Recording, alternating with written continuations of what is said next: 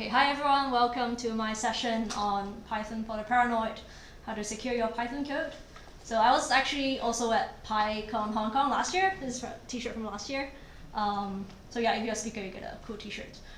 Yeah, I was inspired to talk about this because me myself, I'm a cybersecurity engineer based in Tokyo. So kind of day to day, I read up on the latest cyber attacks. I think about ways to secure our systems, things like that. So I want to kind of share what I've learned with you guys, with more beginner or intermediate Python users about how to make your code more secure in Python.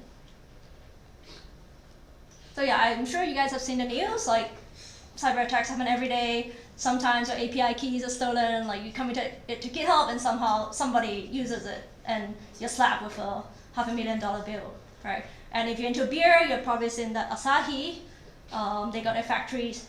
Actually, their factories are still working, but because their internal system, like the processing and shipment systems were compromised, they hit with ransomware, so now they cannot really ship beer. Now they do like pen and paper and fax, old school style. So obviously you do not want that to happen to your API keys or your system. All right, so the question that I ask myself at night is my Python code secure? Is my system secure? Am I doing the right thing? As somebody said, the most secure code is code that's never written, which means that as long as you have some kind of code, there's going to be some kind of attack surface or some way to, some kind of vulnerability inherent in your code. Right, and when you talk about security, it's also important to think about what you're trying to protect against, what kind of weakness or vulnerability you're trying to protect against. So one way to think about it, or one common way to think about it is the CWE, the Common Weakness Enumeration, as an attempt at categorizing weaknesses or vulnerabilities into a very complicated tree. So don't worry, we're not going to talk about that today, because there are over 600 categories. But I just want you to get an understanding of how complicated or how diverse the weaknesses in a system can be. And you may have also heard of the OWASP top 10 list. So basically it's kind of like a survey done every 4 years to get a sense of what are the most prominent web application vulnerabilities in the space. And the next one is actually coming out this year, 2025, but it's only going to be released in November. So you can see the top ones are like broken access control, injection, etc., etc. But yeah, there's still a handful, and we're not going to talk about it today. You can check out the OWASP top 10 LLM if you're into machine learning and etc. But we're not going to talk about this today. Today we're just going to talk about 4 things. Simple, just hopefully something digestible, something for you to bring back home, something for you to remember. Focusing on Python. So I'm going to start from the top, talking about unsafe data, unsafe algorithms, unsafe versions, unsafe third-party packages. Don't worry, I'll start slowly from the top. So first, unsafe data. That means any random data that any random person uploaded to the internet, or anyone that uploaded like a Python package, or anyone that uploaded a model to Hugging Face. Right. So what can happen? First is something called the denial of service, or DOS. So classically, there's something called a zip bomb or the zip of death. It's very simple. So it pretends to be a very innocent-looking small zip file, around 42 kilobytes, for example. And then when you try to unzip it, it takes up like gigabytes of space on your disk, thereby crashing your servers. And actually, all this is open source. With a simple Google search, you can make your own zip bomb. It's very easy. You can try it at home if you're interested. Yeah, so I talked about a small one, but you can also make something that unzipped to like petabytes or terabytes, as you like. Something similar is called an XML bomb. Kind of, you have similar idea. You have a very simple XML structure on the right, and then you see like the laws, like kind of the attacker laughing at you. So it's called a Boolean laughs attack. So when you try to parse this XML structure, it takes up gigabytes of memory, thereby crashing your service. Okay, so that was about denial of service, so your service go down, right? There's another kind of attacks that can happen that is known as a remote code execution. Has anyone here used Pickle before in Python? Okay, like about half of you, yeah, okay. So I'm sure you have all read the official documentation, right? You know that it's highlighted in red that pickle is not secure. Do not unpickle data that you don't trust. And I'll talk about that later and do a demo. But I know that in the machine learning community today, pickle is still a pretty common format. And if you actually look at the Hugging Face page, they actually have one entire page talking about why pickle is dangerous. And the first mitigation strategy they listed is do not use pickle. So you get a sense of like how bad it is, hopefully. Right, okay, so a quick demo on how pickles can be used. Right, I'm going to connect to my collab. So this is a sandbox environment, very safe, nothing bad can happen to me. So good pickle, right, it's very simple. You define some kind of data. I'm going to add something just for fun. Right, like in my case it's a dictionary. Right, and then I save it to disk by calling pickle.dump. Right, and then there's a lag, but I probably get good pickle listed here. Right, okay, it pops up. So it's saved to my disk. And I'm going to load it again. Like I'm going to resume work on whatever I was working on. Okay, I load it to my loaded data. Okay, oh, hey, there you go. So this is very simple, very intuitive. I think that's also why pickle gained popularity. So what can happen here is, oh no, okay. If an attacker, so the thing with pickle is that an attacker can just do anything they want. And there are a lot of ways to make bad pickles, but okay, here just to illustrate, I will like sneak in a command that deletes everything in my folder, right? Okay, and then I'm gonna dump it to my disk. Similarly, I'm gonna call it bad pickle just to understand. Okay, now I have bad pickle on my disk. Oh, what happened to my good pickle? I don't know why it's gone. Okay, I'll just make it again. Okay, now I have good and bad pickle on my disk and all my precious data, right? And then I'm gonna try to load the bad pickle. Like I didn't know what happened, so I just trusted the data from Hugging Face, and then I'm gonna load this. Let's see what happens. Just wait. Oh my god, all your data is gone now. So obviously this is one example of what can go wrong, but essentially the attacker can do whatever they want. They can delete everything, they can steal all your data, send it to their server, they can just install some spyware on your computer, whatever. Anything is possible with pickle, and that is why you should not use it. And actually going back in history, we all knew about why we shouldn't use pickle back in even Python 2.4 era. Unfortunately, as recent as 2024, there was a pickle-related vulnerability in bento ML, which is exactly what we saw earlier. Like, the bento ML would accept any random pickle from a user who can then use that to take over the server or steal your data or whatever. And so, also because of that, in 2022, in the community, there started to be proposals to use like a safer format called the safe tensors, which is gaining traction, but there's still work to be done. So in 2025, according to the latest research, about half of the models still use the pickle format. So I'll just quickly show how the Hugging Face interface looks like if you are curious. Oh, sorry. So yeah, this is, wait, how do you open this? Okay, yeah, there you go. So yeah, this is usually how you download a model from Hugging Face, right? And there are all these pickle files, there's labeled pickle, it's also labeled safe. It says it's scanned by all these wonderful softwares, including something called pickle scan, and it looks pretty safe. But yeah, I do know that there are ways to bypass this pickle scan thingy. It's never 100% safe, so do try to verify who is uploading the models, and do be careful, because there are a lot of bad people out there.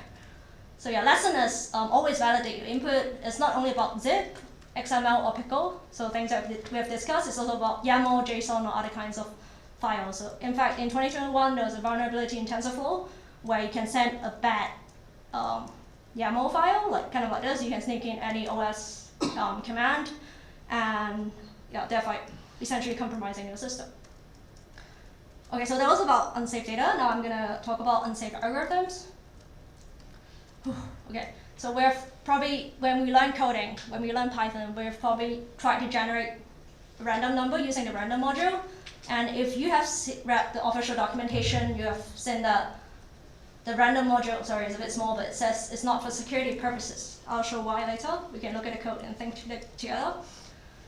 So import random from the standard library, and then there's a for loop. It runs 3 times, and then it generates a random integer from 1 to 10, and then it concatenates the 3 numbers together to join a random code.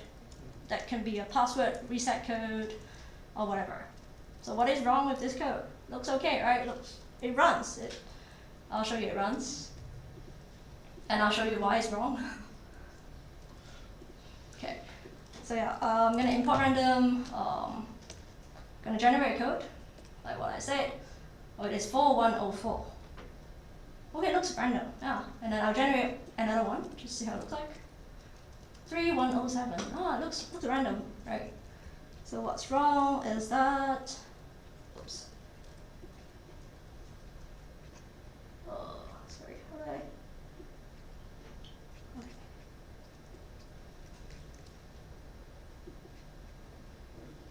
Maybe I have to, okay, sorry. Okay, yeah, I wanted to show it in a entire different session to show that it's true. So yeah, okay, I did the same thing, I import random, and then I'm gonna generate the code again.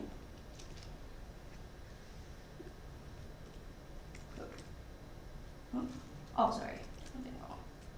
4104. Looks familiar. Okay. 3107. Oh, is it random? Right.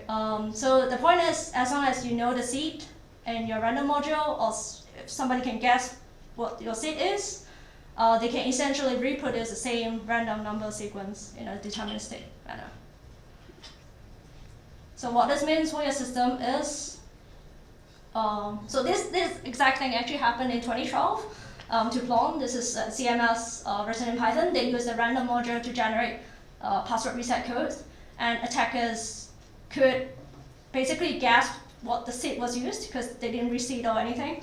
They could guess the seed and basically just produce any valid password reset code and basically take over any account of the system. So in response to that, Python in 3.6 added the secrets module, and it said and you should definitely use the secrets module over the random module for security purposes. But yeah, unfortunately, history repeats itself, and earlier this year, DeFi has the exact same problem. So it's kind of like this code. So it tries to generate a random password reset code using random, and in theory, attackers can just deduce a seed and therefore take over any account. So yeah, if you have to remember one thing, do remember never to use the random module for security purposes. Next, hashing. Not going to go into details. Basically, you can have any message, any file, any image, and using a hash function, you can have something called a hash value. And then if 2 different inputs somehow have the same hash value, it's known as a collision. And in the hashing world,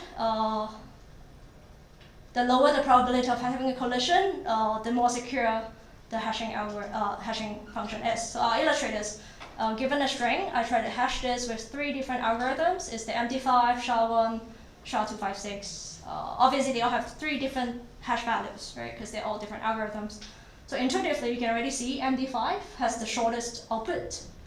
And we can therefore understand that because the output is shorter, it is more probable for collisions to occur in MD5, right?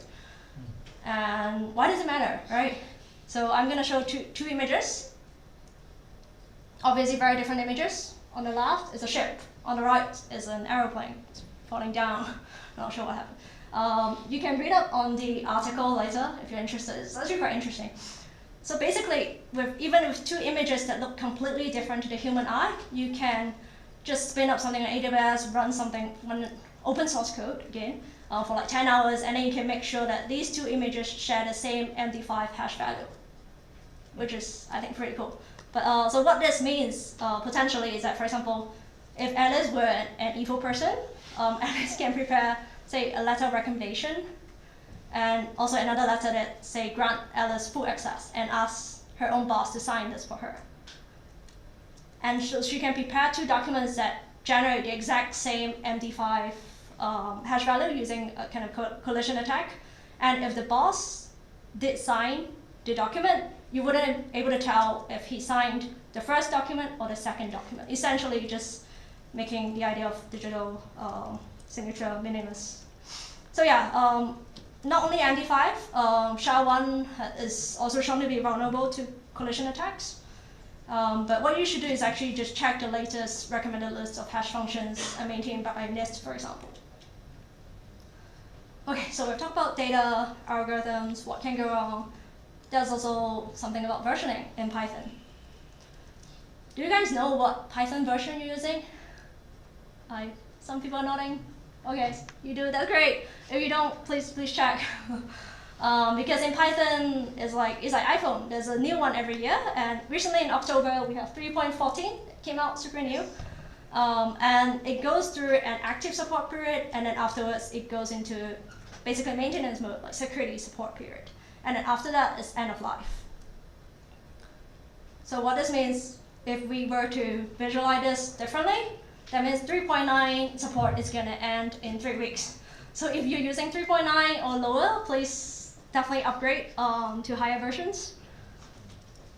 And then for libraries, it's a bit more tricky because the library policy, versioning policy depends on the maintainers and I guess politics as well, or like resources they have.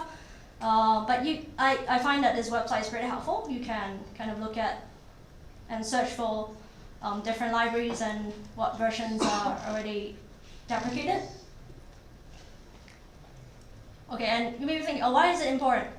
So it goes back to the zip bomb thing we were talking about earlier. So in fact, it was actually discovered as a vulnerability in Python back in 2023, 2024-ish.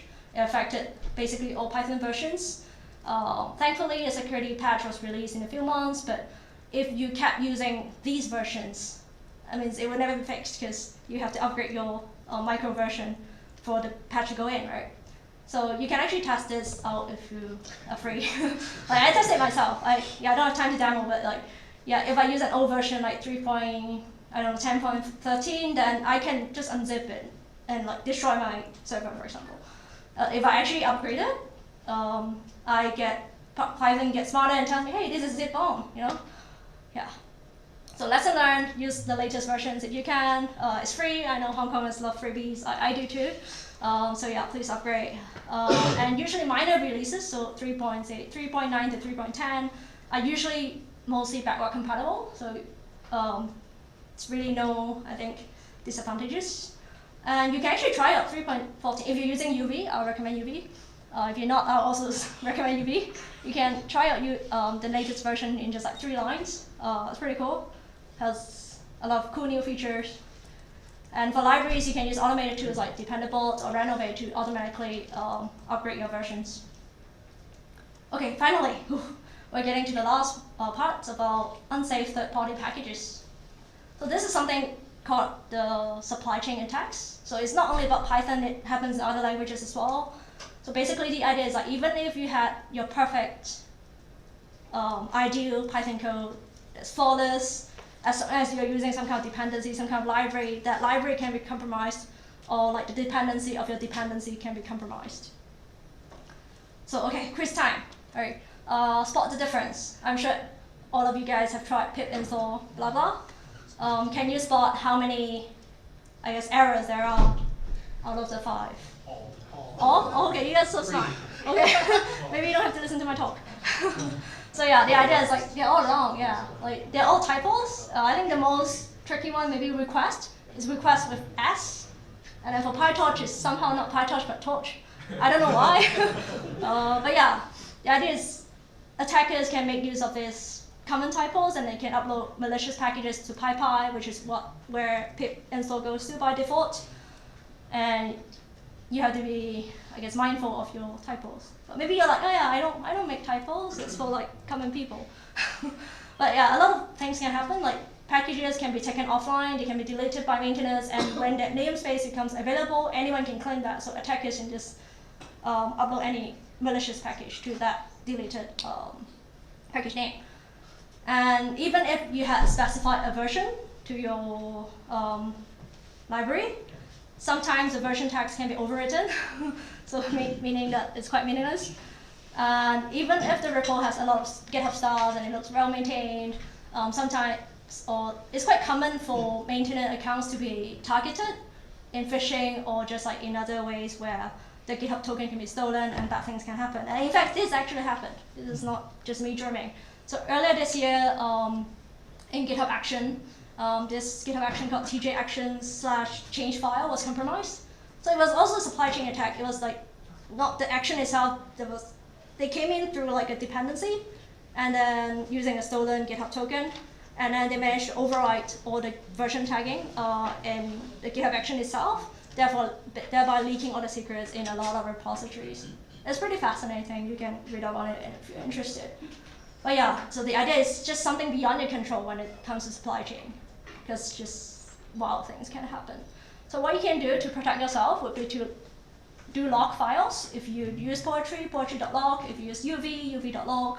Upload it to your repository to make sure that your builds are immutable, builds are fixed.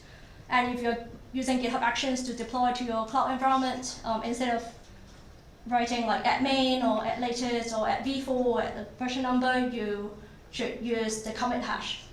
Yeah, we talked about hashing earlier, but the idea is like if you have a commit hash, then you can make sure that it's pointing to the uncompromised version of the library or whatever you're using. So yeah, okay, we've gone through all four. We talk about unsafe data, we talk about unsafe algorithms, we talk about unsafe versions and third-party packages. And so what do we do going forward? Quick recap, always validate data. Do not trust anyone on the internet. Always validate. And then for algorithms, look at the latest recommended list of, say, hash functions or ciphers. And if you want to generate random code, use the secrets module instead. And then try to use the latest versions of Python, leveraging tools like UV, Dependable, Renovate, that will help you get there. And then for third-party packages, yeah, it's not even about Python anymore, it's about the entire ecosystem, like GitHub Actions, your CI/CD tool. So you should make sure you build safely by pinning or locking your dependencies or versions.